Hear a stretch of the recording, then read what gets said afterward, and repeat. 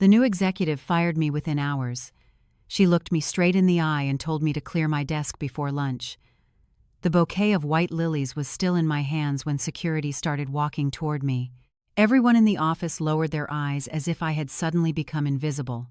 She believed she had erased 12 years of my life with a single sentence. She never wondered why I did not argue. She never asked why I quietly picked up my purse, thanked the receptionist for the flowers, and walked away without a single tear. Looking back now, that silence changed everything. "Miss Bennett," she said, tapping her perfectly polished fingernail against my desk, "you have 15 minutes. I expect your badge on my assistant's desk before noon." The room became so quiet that I could hear the air conditioner humming above us. Before I tell you what happened after that morning, I have one small favor to ask. If this story truly resonates with you, please consider leaving a like and subscribing to the channel. And only if this story speaks to your heart, I would love to know where you are listening from. Tell me your city, your country, and what your local time is right now. There is something comforting about knowing that people from every corner of the world are sharing this journey together. My name is Claire Bennett. I am 31 years old, and until that Tuesday morning, I believed loyalty, hard work, and family were enough to protect the life you built. I was wrong. That morning did not simply change my career. It changed my marriage, my understanding of trust, and everything I thought I knew about the people who claimed they respected me. It was 8:35 on a cool April morning in Seattle, Washington. A light drizzle covered the sidewalks outside Northbridge Logistics Systems, turning the glass tower into a mirror that reflected nothing but gray clouds. I remember smiling as I stepped out of my car because I had finally slept through the night for the first time in weeks. The bouquet resting on the passenger seat had been delivered to my house before sunrise. There was no card, just fresh white lilies wrapped in cream-colored paper with a blue ribbon. I assumed someone from the office had sent them after hearing the rumors that a new executive would officially take over operations that morning. I balanced my coffee in one hand, carried the flowers in the other, and walked through the revolving doors like I had done thousands of times before. "Morning, Claire." Kevin from facilities called with his usual grin. "Those are beautiful." "I wish I knew who sent them," I laughed. "Maybe someone is finally rewarding me for surviving budget season." He chuckled. "You deserve more than flowers." I smiled back. I had no idea those would be the last normal words anyone would say to me that morning. The lobby buzzed with quiet conversations. The smell of fresh espresso drifted from the cafe beside the elevators. Screens displayed the company logo, while employees hurried toward meetings with tablets tucked beneath their arms. It felt like every other Tuesday, until the elevator doors opened on the 18th floor. Conversations stopped. Heads turned. My assistant, Emily Parker, hurried toward me so quickly that several folders slipped from her arms. "Claire." Her voice barely rose above a whisper. "Something is wrong." I frowned. "What happened?" She looked over her shoulder before answering. "The new executive is already in your office." "My office?" She said it belongs to her now. I laughed softly because it sounded ridiculous. Richard never mentioned moving offices. Emily did not laugh with me. Her face had gone completely pale. Before I could ask another question, the door to my office swung open. A woman I had only seen once during a virtual introduction walked out wearing a tailored navy suit and an expression that suggested the entire building existed for her convenience. Vanessa Caldwell. She looked directly at me, then slowly glanced at the flowers in my hands. "You must be Claire Bennett." "Yes." I stepped forward politely. "Welcome to Northbridge." She did not return the greeting. "Human Resources should have contacted you already." I blinked. "Contacted me about what?" She folded her arms. "Effective immediately. Your position has been eliminated." I stared at her, convinced I had misunderstood. "I am sorry? You heard me?" Her tone remained perfectly calm. "Please clear your desk before lunch." Someone behind me gasped. Another employee quietly backed away toward the break room. Emily looked like she might cry. "There must be some mistake," I said carefully. Vanessa smiled without warmth. The only mistake was allowing people to confuse seniority with authority. She turned toward two security officers waiting near the hallway. "Gentlemen, please assist Miss Bennett if necessary." One of them shifted awkwardly. "Ma'am," Vanessa interrupted him. "Company policy." I looked from one face to another. People I had worked beside for years suddenly found urgent reasons to stare at their shoes. My cheeks burned, but not from embarrassment alone. It was the feeling of becoming disposable in front of people who knew exactly how much of my life had been poured into those walls. Emily stepped closer. "Claire, please say something." I took a slow breath. My fingers tightened around the bouquet until tiny drops of water fell onto the polished floor. Then I smiled. "It is all right." Vanessa lifted an eyebrow, almost disappointed that I was not making a scene. "You are accepting this?" I heard your instructions. I placed my coffee on a nearby table. "I will collect my things." She nodded once. "Good decision." As I opened the top drawer of my desk, I noticed something that made my heart beat slow instead of race. Tucked beneath a leather portfolio was a thick ivory envelope I had never seen before. There was no stamp, no company logo, only my name written across the front in Richard Holloway's unmistakable handwriting. And in that moment, while everyone else believed my life had just fallen apart, I realized someone had left me a message before any of this began. My fingers rested on the edge of the ivory envelope for several long seconds before I finally slipped it into my purse without opening it. Something about Richard Holloway's handwriting made me stop. It was careful, deliberate, exactly the same as it had been the day he handed me my first employee badge 12 years earlier. I closed the desk drawer quietly instead of tearing through it the way everyone expected me to. Vanessa remained outside my office speaking with someone in human resources. Her voice carried through the glass walls. "Please make certain her system access is terminated immediately. I do not like loose ends." I heard the words, but strangely they no longer hurt the way they should have. I picked up the framed photograph beside my computer instead. It showed the entire operations team standing in front of our first warehouse in Tacoma. The building behind us looked almost abandoned. The loading docks were chipped, half the parking lot was gravel.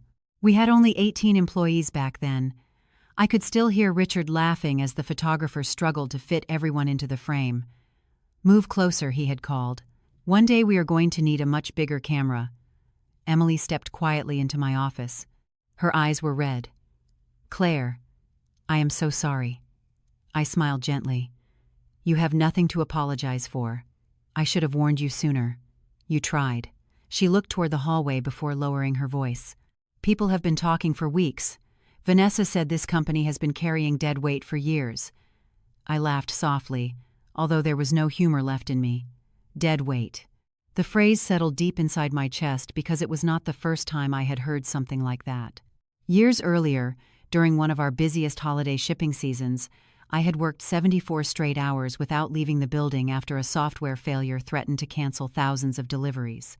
I remembered collapsing into a chair while staring at the glowing monitors. Richard had walked into the operations room carrying 2 cups of burnt coffee. "Go home for a few hours, Claire." "I cannot. The system will survive without you." "Maybe." I smiled at him.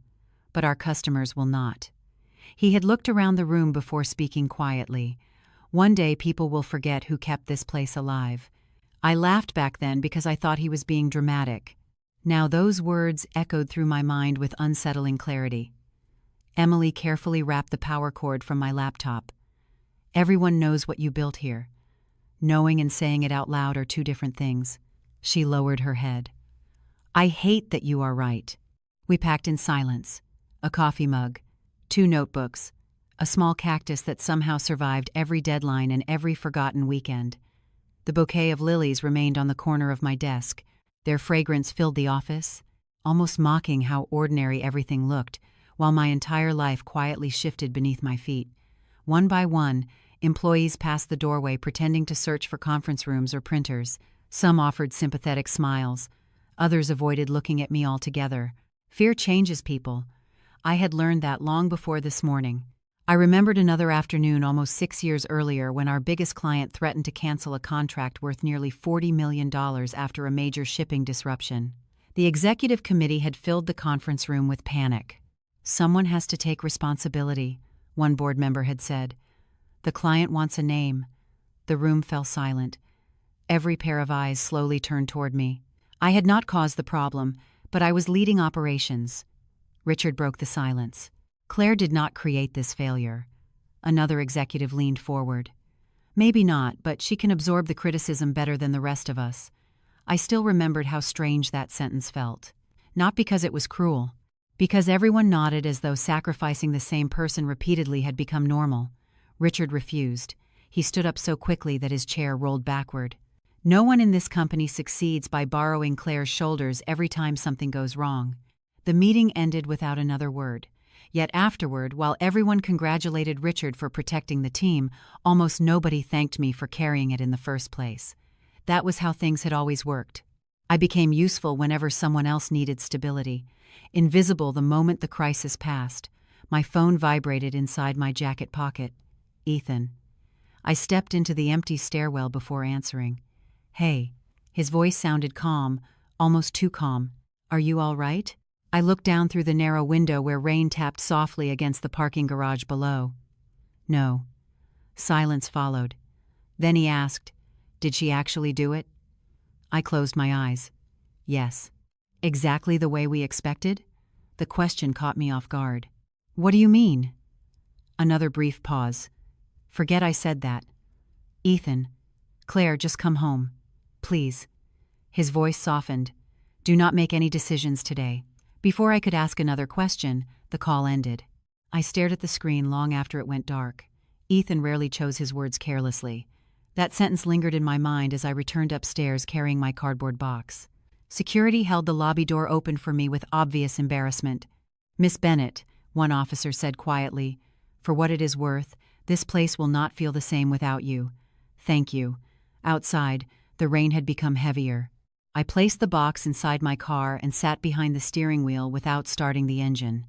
The bouquet rested across the passenger seat beside the cardboard box, filling the car with the scent of fresh lilies.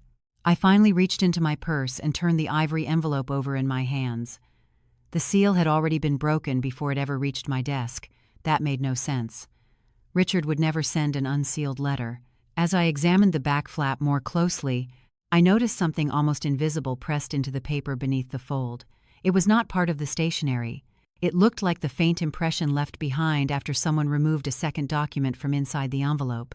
And in that quiet moment, I realized the letter I was holding might never have been complete. I did not open the envelope in the parking lot.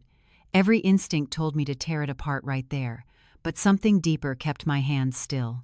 Richard had spent decades teaching me that timing mattered just as much as truth. If he had left me something important, there had been a reason he wanted me to find it when I did. I slipped the envelope back into my purse, started the engine, and drove north through the rain without turning on the radio. Seattle blurred beyond the windshield. Every traffic light reflected across the wet pavement like broken pieces of stained glass. When I pulled into the driveway, Ethan was already waiting on the front porch. He walked toward the car before I had even turned off the ignition. Claire. His face softened the moment he saw me. Come inside. I stepped out carrying the cardboard box. He reached for it automatically, but I shook my head. I have it. He nodded without arguing. Inside the house, everything looked exactly as we had left it that morning. 2 coffee mugs still sat beside the sink. My jacket hung neatly by the door. The ordinary details somehow made the day feel even less believable. Ethan set a kettle on the stove. Tea, please. Neither of us spoke again until the water began to boil. Finally, he looked across the kitchen island. Did she humiliate you in front of everyone? I answered honestly. Yes. He lowered his eyes. I am sorry. You knew something was coming. He leaned against the counter for several long seconds before speaking. I knew there were changes happening inside the company. I did not know she would move this fast. I studied his expression. Ethan had practiced corporate law for years. He was careful with every sentence, and today his answers felt even more measured than usual. You asked if she had done exactly what you expected.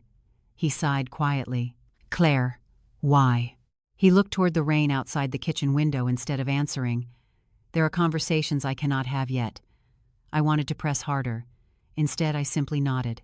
We had built our marriage on trust, but trust sometimes required patience I did not know whether I still possessed. After dinner, I carried the box upstairs and began placing familiar objects back where they belonged. My notebooks returned to the bookshelf. The little cactus settled beside the bedroom window. The framed photograph from Tacoma remained in my hands a little longer. 12 years earlier, I had stood beside Richard wearing steel toe boots that were 2 sizes too big, because the supplier had shipped the wrong pair. I laughed every time I looked at that picture because Richard never let me forget it. "You look like a kid borrowing her father's shoes," he had joked. "Someone had to walk the warehouse floor. Most executives do not. Then maybe more executives should." He smiled. "Never let anyone convince you that real leadership happens from behind a polished desk." Those words shaped every decision I made afterward. I knew the names of warehouse workers' children. I attended retirement parties. I answered late-night emergency calls myself instead of passing them to someone else. It never occurred to me that those choices might one day be viewed as weakness instead of commitment. Around 8 that evening, my phone vibrated with a message from Emily. "Are you home?" "Yes." She called almost immediately. Her voice trembled. "Claire, something happened after you left." I sat down slowly on the edge of the bed. "Tell me." "Vanessa ordered facilities to empty your office completely." "That was expected." "No." Emily interrupted gently. "Not just your office. She wanted every file cabinet opened." A chill crept through me. "Every cabinet?" She kept saying there could not be any hidden surprises. I remained silent. Emily continued.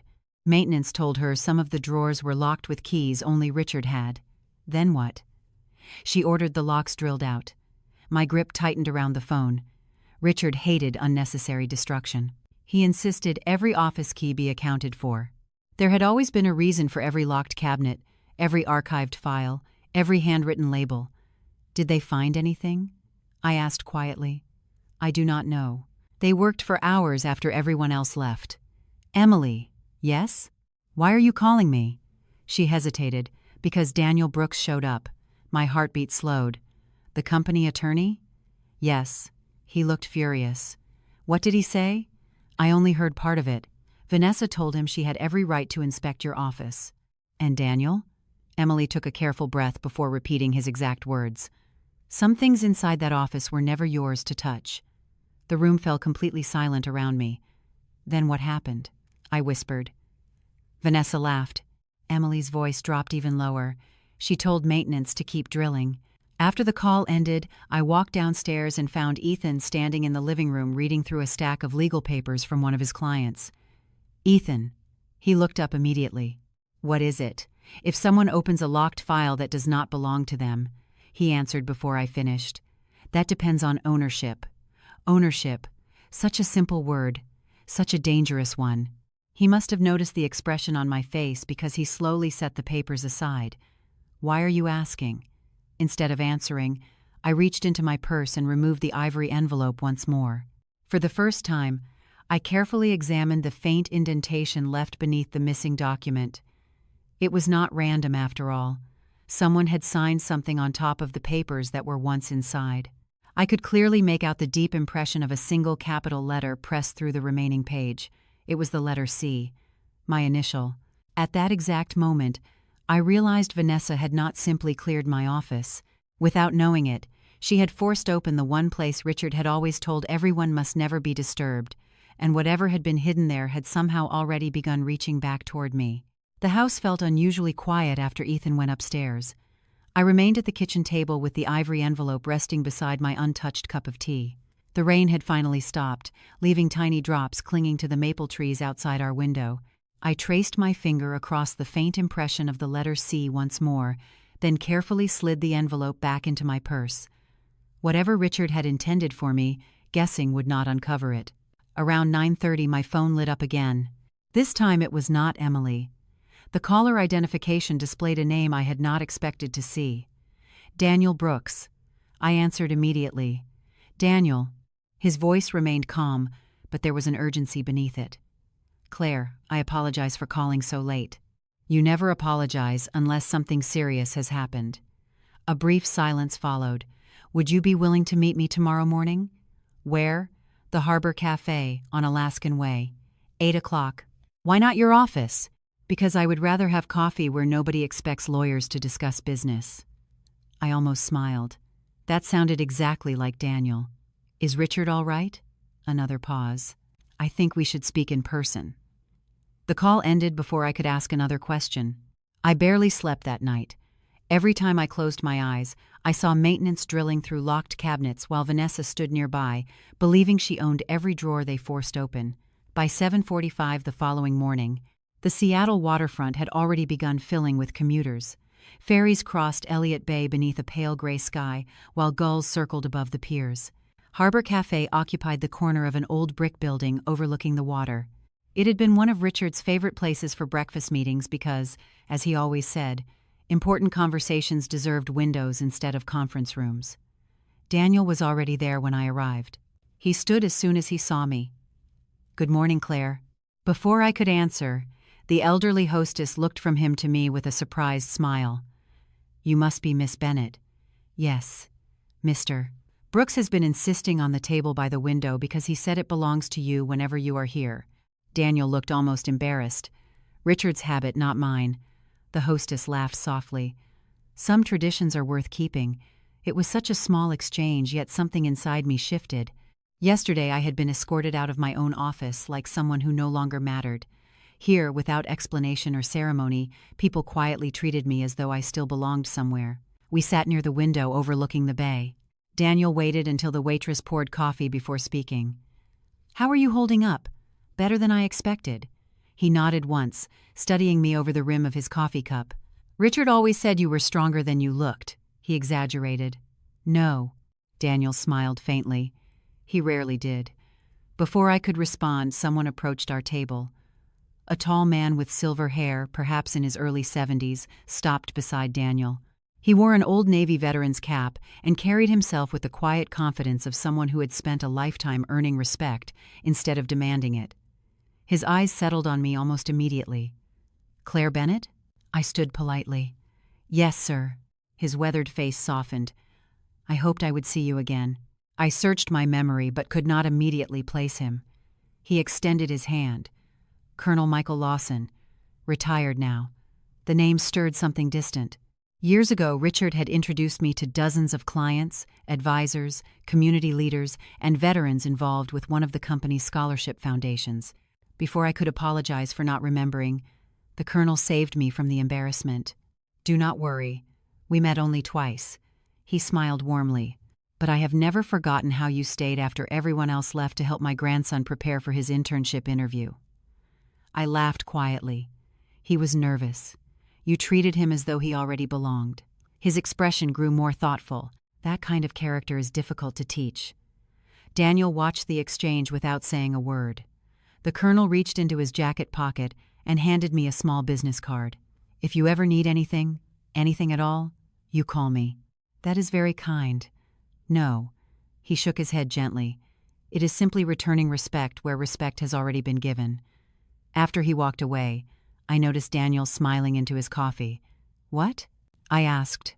"Nothing." "Daniel, it is interesting how often people recognize you when you think nobody notices." I looked back toward the window. "I never tried to be noticed." "Exactly." We spent the next 20 minutes speaking about ordinary matters. The weather, Richard's health, the uncertainty inside the company. Daniel asked careful questions but avoided giving direct answers whenever the conversation drifted too close to whatever he was protecting. Finally, he placed a slim leather folder on the table. "I cannot discuss the contents." "Then why bring it?"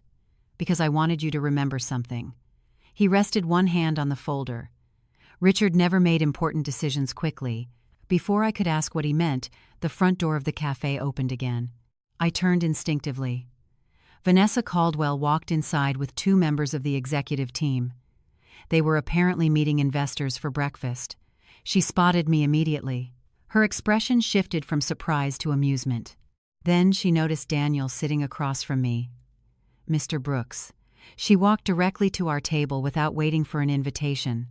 "I was wondering why your office said you were unavailable this morning." Daniel remained seated. "Good morning, Miss Caldwell." "Handling exit interviews personally now?" she asked with a smile that never reached her eyes. I stayed silent. Vanessa looked at me briefly before returning her attention to Daniel. "I hope Claire is not expecting legal advice regarding her termination." Daniel slowly stood to his feet. The warmth disappeared from his expression. "Miss Caldwell." His voice remained perfectly polite. "There are very few people for whom I interrupt my schedule." He turned slightly toward me. "Claire Bennett has always been one of them." For the first time since we met, Vanessa said nothing at all, and the uncertainty that flashed across her face lasted only a second, but it was enough for me to realize she had just encountered the first piece of a story she did not understand. Vanessa recovered quickly. Whatever uncertainty had crossed her face disappeared behind another polished smile. "Well," she said lightly, "it seems Claire has quite a fan club." Daniel did not respond immediately. He simply picked up his coffee cup and took another slow sip before answering. "Respect is not a fan club, Miss Caldwell. It is something earned over time." She laughed politely, though I noticed the faint tension around her eyes. "I suppose every long-term employee has a few admirers." "Some do," Daniel replied. "Some become part of the foundation." The words settled over the table like mist rolling across Elliott Bay. Vanessa glanced toward me as though waiting for me to explain what he meant, but I simply folded my hands around my coffee mug. I had learned years ago that silence often revealed more than arguments ever could. One of the investors waiting across the room called Vanessa's name. She excused herself with a practiced smile and walked away, but I noticed that she glanced back twice before sitting down. Daniel waited until she was fully occupied before opening the leather folder in front of him. Inside were several neatly organized documents, although he turned them so that I could only see the blank backs of the pages. "I still cannot discuss these," he said quietly. "Then why show them to me?" "Because I want you to remember something Richard told me many years ago." I searched his face. "What was that?" Daniel rested one hand on the folder. "He said that if the day ever came when people questioned your value, the documents would already know the truth even if the people did not." I smiled faintly. That sounds exactly like Richard. He admired preparation more than speeches. Outside the window, another ferry drifted slowly across the bay. Watching it reminded me of one of my first business trips with Richard nearly a decade earlier. I had been 22, carrying a notebook that was far too full of questions. We had spent the entire crossing discussing warehouse expansion plans, while everyone else admired the skyline. At one point, I apologized for asking so many questions. Richard laughed. "Claire, one day people will assume you know everything. Enjoy asking questions while you still can. You make it sound lonely. Leadership often is." His answer had puzzled me then. It made perfect sense now. Daniel interrupted the memory gently. "Richard also asked me to tell you something if circumstances ever became complicated." I looked at him carefully. "What was it?" "He said you would know when to stop defending yourself." The sentence lingered between us. "I do not understand." "You are not supposed to." "Not yet." Before I could press further, the waitress returned with the check. As Daniel reached for it, another voice interrupted. "Mr. Brooks, your generosity has become predictable." We both turned toward the front counter. The cafe owner, an older woman named Margaret, whom Richard had known for years, was smiling warmly. Daniel laughed. "Good morning, Margaret." She ignored him completely and looked directly at me instead. "Claire, it has been far too long." "It has." She walked over and embraced me with surprising warmth. "Richard always reserved this table under your name whenever the two of you met here." I blinked. "Under my name?" "Of course." She looked genuinely surprised by my reaction. He insisted on it. Daniel quietly looked out the window, allowing the conversation to unfold without interruption. Margaret continued. "He said one day people would understand why." I felt my heart beat slow. Another small piece. Another sentence that raised more questions than it answered. Before leaving our table, Margaret placed a wrapped blueberry scone beside my coffee. "Richard always ordered two. One for himself and one for you." She smiled softly. "The second one has already been paid for." After she returned to the counter, I stared at the pastry without touching it. "How many people knew him this well?" I asked. Daniel answered with a thoughtful smile. "Perhaps fewer than you imagine. Perhaps more." We left the cafe together a few minutes later. The waterfront breeze carried the scent of salt water across the sidewalk. Daniel walked me toward my car before stopping. "Claire." "Yes?" "No matter what happens over the next few days, promise me one thing." "What?" "Do not rush. Some truths lose their value when they arrive too early." I nodded slowly. "I promise." As he walked away, I noticed a black town car parked across the street. Vanessa was sitting inside the back seat with one of the executives. The passenger side window lowered just enough for me to see her speaking to someone on the phone. She never looked at me. Instead, Her attention followed Daniel as he disappeared around the corner. A moment later, the executive sitting beside her frowned. "Who is she?" I could not hear Vanessa's reply, but I watched her lift her phone and enlarge a photograph she had apparently taken through the cafe window. The image showed Daniel standing as I approached the table earlier that morning. She zoomed in on the leather folder resting between us, then on the way he had risen before greeting me. Her confident expression faded almost imperceptibly. For the first time since she walked into my office the day before, she was no longer looking at me as though I were simply a dismissed employee. She was looking at me like a question she suddenly realized she did not know how to answer. For the rest of that afternoon, I could not stop thinking about the expression on Vanessa's face as she watched Daniel speak to me. It had only lasted a heartbeat, but it was the first genuine uncertainty I had seen since she arrived at North Bridge. Until then, she had carried herself with the confidence of someone who believed every question already had an answer. Now, for the first time, she seemed to realize there were questions she had never thought to ask. I drove home along Interstate 5 beneath another gray Seattle sky. Traffic crawled through downtown, giving me too much time to think. The city looked exactly the same as it always had, yet I felt as though I was seeing it from somewhere entirely different. My phone remained silent until early evening. When it finally rang, the caller was Emily. "Claire?" she asked cautiously. "Are you busy?" "Not at all. What happened?"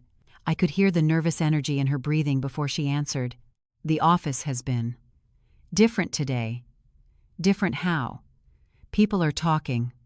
I leaned against the kitchen counter while Ethan quietly prepared dinner behind me. "About what?" "About you." I almost laughed. Yesterday nobody wanted to look at me. Today they cannot stop asking questions. I remained silent, letting her continue. After breakfast, Vanessa called another executive meeting.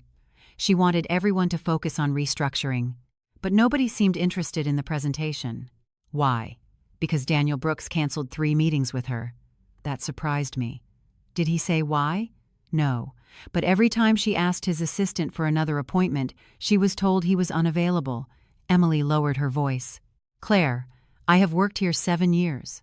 I have never seen Daniel avoid an executive meeting." Ethan glanced toward me from the stove. I could tell he was listening without trying to appear that he was. "There is something else," Emily continued. "Maintenance stopped working in your office this morning." "They stopped?" "Yes." "Why?" "Nobody knows. They were halfway through removing the last built-in cabinet when Daniel arrived. 5 minutes later, everyone packed up and left." I closed my eyes for a moment. Another small shift. Not dramatic, not public, but unmistakable. Did Vanessa say anything? Emily hesitated before answering. She looked angry, then worried. After we ended the call, Ethan carried 2 bowls of soup to the table. "Emily?" he asked. "Yes." "Anything new?" I nodded slowly. People are beginning to notice that not everything is unfolding the way Vanessa expected. He studied me for a long moment. "How does that make you feel?" I considered the question carefully, relieved perhaps, but mostly sad. Sad because none of this had to happen. Ethan reached across the table and gently squeezed my hand. "You are still worried about everyone inside that building." I smiled faintly. Most of them have families, mortgages, children in college. They deserve stability, not chaos. Even after the way they treated you? Fear makes decent people stay quiet. He nodded with quiet understanding. Richard used to say something similar. I looked up. "You remember that? He told me once that leadership is measured by how people behave when they are afraid." The room grew quiet again. Later that evening, I walked into my study and finally placed the ivory envelope on my desk beneath the warm glow of a reading lamp. I still had not opened it. Instead, I found myself studying Richard's handwriting once again, remembering how deliberate he had always been. Every signature, every note, every handwritten reminder left on my desk before an early morning meeting. There had always been intention behind the smallest details. My thoughts were interrupted by another phone call. This time it was Daniel. "Good evening, Claire." "Good evening." His tone remained calm as always. "I wanted to let you know something before you heard it from someone else." "Go ahead." "Tomorrow morning the board has scheduled an emergency session." "About me?" "Officially, no. Unofficially." He allowed himself the smallest pause. Official agendas rarely tell the whole story. I smiled despite myself. You learned that from Richard. Among other things. Should I be concerned? No. His answer came immediately. Should I attend? Another pause followed. Not unless someone asks you to. Will someone? I believe so. Before hanging up, he added one final sentence. Claire, sometimes the truth does not arrive because someone fights for it. Sometimes it arrives because too many people accidentally walk into it at once. The next morning, long before the board meeting was scheduled to begin, Emily sent me a photograph from inside the executive conference room. It showed the long walnut table, pitchers of coffee, neatly arranged folders, and executives taking their seats. At the far end of the room stood Vanessa, speaking confidently to the board. At first glance, nothing seemed unusual. Then I noticed the empty chair beside the chairman's seat. A small white place card rested in front of it. The photograph was slightly blurred, but I could still make out the name printed across the card. It read, Reserved. Emily's message beneath the photograph contained only one sentence. Nobody knows who that chair is waiting for. Emily's photograph stayed on my phone for the rest of the morning. I enlarged it several times. Studying the conference room I knew almost as well as my own home. Every chair carried a memory. Every corner reminded me of years spent solving problems before anyone else arrived and long after everyone else had gone home. Yet the empty chair with the simple card reading Reserved drew my attention every single time. It felt less like an invitation than a question nobody inside that room seemed prepared to answer. I did not drive to the office. Daniel had asked me not to rush, and for the first time in many years I listened instead of trying to fix everything myself. Ethan worked quietly in his study while I sat near the living room window watching another steady Seattle rain drift across the neighborhood. Around 10:15 my phone buzzed again. Emily did not call this time. She sent a short message. Things are falling apart. A few seconds later my phone rang. Claire, she whispered the moment I answered. Can you talk? Yes. Her voice trembled. The board meeting has not even reached the agenda. What happened? People started asking questions before Vanessa finished her opening remarks. I remained silent. Mr. Hastings wanted to know why several long-term vendor contracts had been suspended yesterday. Suspended? Vanessa ordered them paused until they could be reviewed. I closed my eyes. Those vendors had supplied our regional distribution centers for years. Go on. Then Linda from finance asked why 3 department heads had suddenly lost system access. Emily took a slow breath. Vanessa said she was restructuring. And? Operations answered that nobody could process incoming freight because the approval chain had been interrupted. Through the phone I could hear distant voices echoing inside the hallway outside the conference room. It sounds loud there, I said. Emily gave a nervous laugh.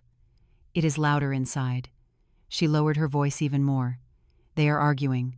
I imagined the long walnut table, coffee cups growing cold, while executives who had nodded along yesterday suddenly found themselves defending decisions they had never fully understood. Who is arguing? Everyone. She paused. Yesterday they all agreed with Vanessa. Today they are asking who authorized everything. That sentence lingered with me. Fear often creates agreement. Consequences usually destroy it. Emily continued. Mr. Collins said he never approved drilling into your office, but he did not stop it. That is exactly what the chief financial officer asked him. I heard another muffled voice through the phone. Someone sounded frustrated. Another interrupted before the first person could finish speaking. Emily whispered, They are starting to blame one another. I thanked her before ending the call. Ethan stepped into the living room carrying 2 mugs of coffee. News? The room is beginning to divide. He handed me a mug. People rarely stay united once responsibility becomes expensive. I smiled faintly. Richard used to say almost the same thing. Ethan sat beside me. He understood organizations better than most people. He understood people. We sat quietly for several minutes until another call came. This time it was Daniel. Good morning, Claire. His voice remained as measured as ever. I imagine Emily has been keeping you informed. She has. Then I can save us both a great deal of explanation. I waited. Nobody expected the operational reports to arrive this quickly. Operational reports? Several regional managers independently submitted written concerns this morning. I looked toward the rain outside. Without being asked? Yes. Why? Daniel answered carefully. Because they were unable to do their jobs. I understood immediately. The company was not struggling because people resisted change. It was struggling because decisions had been made without understanding how deeply everything connected beneath the surface. How is Vanessa handling it? I asked.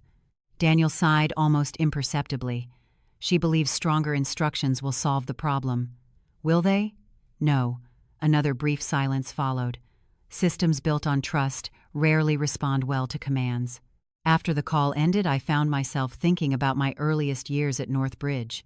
Richard never introduced me as the smartest person in the room. Instead, he always said the same thing whenever a new warehouse opened. If Claire asks you a question, answer honestly. She cannot help fix what people pretend does not exist. Back then, I never realized he was teaching me something much larger than logistics. Truth has a quiet way of organizing itself if enough people are willing to tell it. Near noon, Emily sent another message, asking if she could stop by after work. When she arrived that evening, she looked exhausted. She accepted a cup of tea from Ethan before sitting across from me at the kitchen table. I have never seen anything like today, she admitted. Tell me. People are afraid. Of Vanessa? Emily shook her head. No. They are afraid they backed the wrong decisions. She looked down into her cup. Yesterday, everyone assumed you had simply been replaced. And today?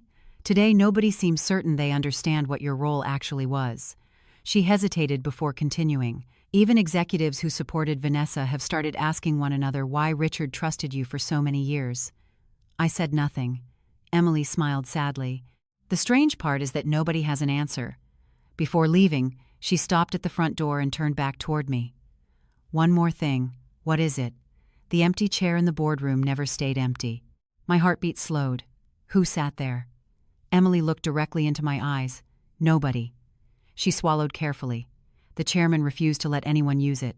He said it had been reserved according to Richard Holloway's written instructions, and until those instructions were fully understood, that seat belonged to no one else.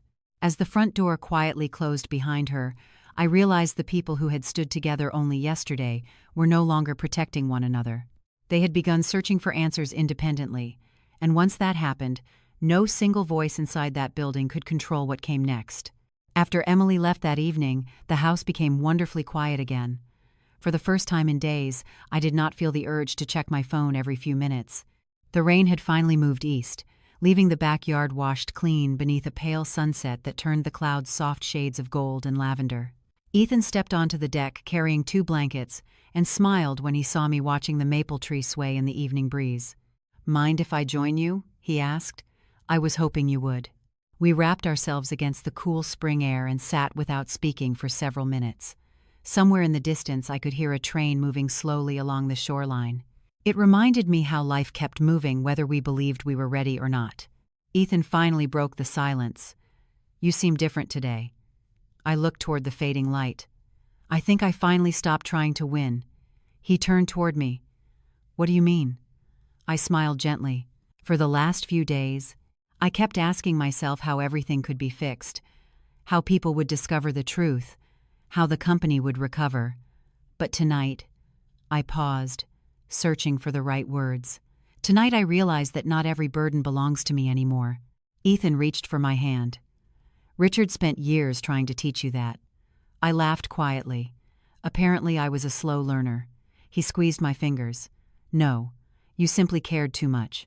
His words settled into a place inside me that had been exhausted for years. I had spent so much of my life believing that loyalty meant carrying everyone else's responsibilities.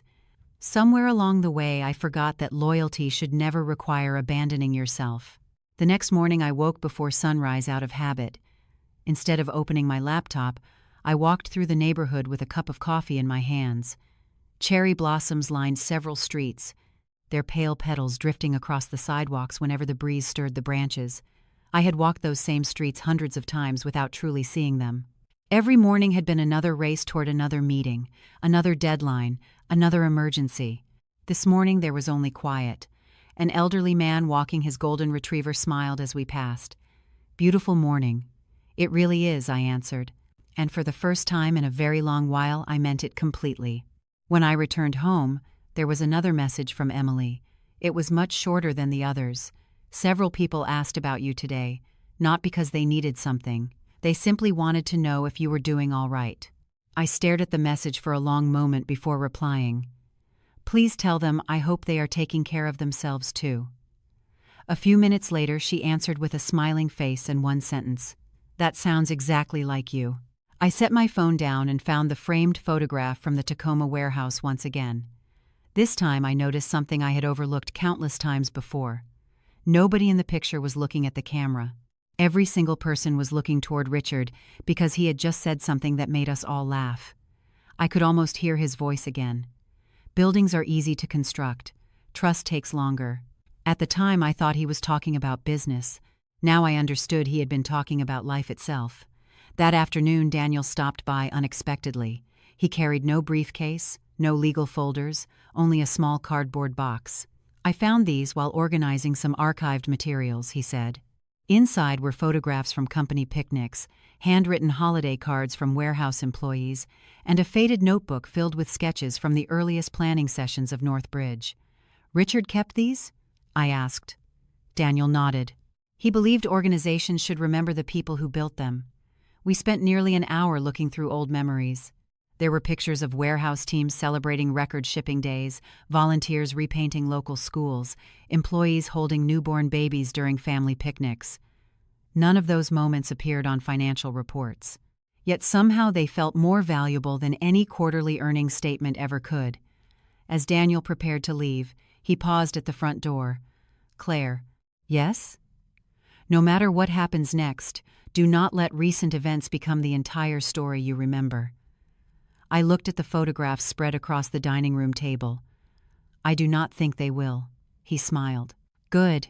After he left, Ethan picked up one of the oldest pictures. It showed Richard standing beside me on my very first day. I looked impossibly young, wearing an oversized safety vest and holding a clipboard almost as large as my torso. Ethan laughed softly. You looked terrified. I was. And yet you stayed. Because someone believed I could become more than I believed myself. That evening I carefully returned every photograph to the box, except the first one.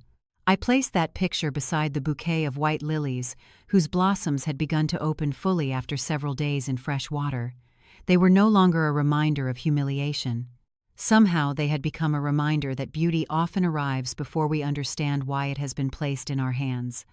As the last light faded beyond the windows, I realized that whatever happened inside the company over the coming days would no longer define who I was. My greatest victory had never been holding a title or protecting a building. It had been becoming the kind of person who could walk away with dignity when everything familiar seemed to disappear. And as I looked once more at Richard's smiling face in that old photograph, I found myself quietly wondering whether the final lesson he had been trying to teach me had never been about business at all, but about the life waiting patiently on the other side of letting go. 3 weeks later, I walked through the front entrance of North Bridge again. This time there were no security guards waiting beside the elevators, no whispered conversations, no one pretending not to recognize me. The lobby felt strangely familiar, as though the building itself had taken a deep breath after holding it for far too long. I paused beneath the large company logo and looked around at the people moving through the morning. Some smiled, some nodded quietly. A few simply met my eyes for a moment before continuing on with their day. That was enough. Respect has a way of becoming quieter once it is genuine. Daniel met me near the reception desk carrying the same calm expression he always seemed to wear. Good morning, Claire. Good morning. He handed me a slim folder. Everything has been finalized. I opened it carefully. Inside was a brief letter from the board explaining that, after reviewing the company's governance records, historical agreements, and Richard Holloway's documented succession plans, they had unanimously voted to honor every legal commitment he had established before his retirement. It also acknowledged that recent executive decisions had been made without a complete understanding of those plans. There were no dramatic declarations, no grand speeches, just a quiet recognition that truth had finally caught up with confusion. I closed the folder and smiled gently. Richard would have appreciated how simple this is. Daniel nodded. He always believed that the strongest decisions required the fewest unnecessary words. We walked upstairs together. Many familiar faces greeted me along the way. Kevin from facilities grinned the moment he saw me. "Good to have you back." Emily hurried across the hallway and wrapped me in a warm embrace before quickly stepping back with an embarrassed laugh. I promised myself I would stay professional. "You are forgiven?" I said, laughing with her. "Just this once." There was warmth in the office again. Not because of me alone, but because people no longer felt forced to choose between fear and honesty. The atmosphere had changed in a way that could not be measured on financial statements. I later learned that Vanessa had quietly submitted her resignation after the board completed its internal review. No one celebrated her departure. No one applauded it. She simply accepted that leadership required more than authority, and that trust could not be demanded after it had been neglected. I genuinely hoped she would someday find the opportunity to become the leader she had tried too quickly to appear to be. We all learn our most important lessons differently. Some learn them through success, others through humility. Richard used to say that neither path should be wasted. A few days after everything settled, I visited him. His health had slowed him considerably, but the sharpness in his eyes remained exactly the same. He was sitting on the porch of his home overlooking Puget Sound, wrapped in a light sweater despite the warm afternoon. "You look tired," he said with a familiar smile. "I feel peaceful." "That is much better." We watched the water in comfortable silence before I finally asked the question that had lived quietly inside me for weeks. "Why did you never tell me?" Richard looked toward the horizon. "Because if I had, you might have spent your energy protecting a title instead of becoming the person worthy of carrying it." I felt tears gathering in my eyes. "I thought you trusted everyone else more than me." He laughed softly. "Claire, trusting you was the easiest decision I ever made." Another long silence followed before he added, "The difficult part was trusting that you would eventually see yourself the way everyone else already did." I reached over and gently squeezed his hand. There was nothing left to prove, nothing left to defend. Only gratitude remained. Months passed. Northbridge continued to grow, but not because of one person. We rebuilt teams, restored relationships, and invited employees at every level to help shape decisions that affected their work. The photographs Daniel had brought to my house found a permanent place along one hallway, reminding everyone who entered that companies are built by people long before they are built by profits. The bouquet of white lilies eventually faded, just as all flowers do. Before throwing them away, I kept one pressed blossom inside the notebook I carried every day. It reminded me that the morning I believed I had lost everything had quietly become the beginning of a far better chapter. Looking back now, I understand something I could not see then. The worst moments of our lives often convince us that our story is ending, when in truth they are simply removing the parts that no longer belong in the life we are meant to build. If you are listening to my story while carrying your own disappointment, betrayal, or uncertainty, I hope you remember this. Do not let someone else's opinion become the measure of your worth. Titles can disappear. Jobs can change. People can misunderstand you. But your character, your kindness, your integrity, and your willingness to keep moving forward are treasures that no one can take unless you surrender them yourself. Protect your peace. Speak the truth with grace. Walk away from places that require you to shrink in order to belong. And never forget that beginning again is not failure. Sometimes it is the greatest act of courage we are ever asked to perform. Thank you for staying with me through every step of this journey. Knowing that someone listened makes difficult memories feel a little lighter. And I hope that wherever you are today, you know you are not facing your own challenges alone. If this story touched your heart, I would be grateful if you left a like, subscribed to the channel, and shared your thoughts in the comments. Stories have a remarkable way of reminding strangers that they have never been as alone as they believed. The greatest victory was never reclaiming a place inside a company. It was reclaiming the quiet confidence to recognize my own value without waiting for anyone else to announce it. Even now, whenever I pass the old photograph from that first day at Northbridge, I still see the young woman wearing boots that were 2 sizes too large. She had no idea where the road ahead would lead, but she kept walking anyway. And sometimes, that first brave step is the one that changes everything.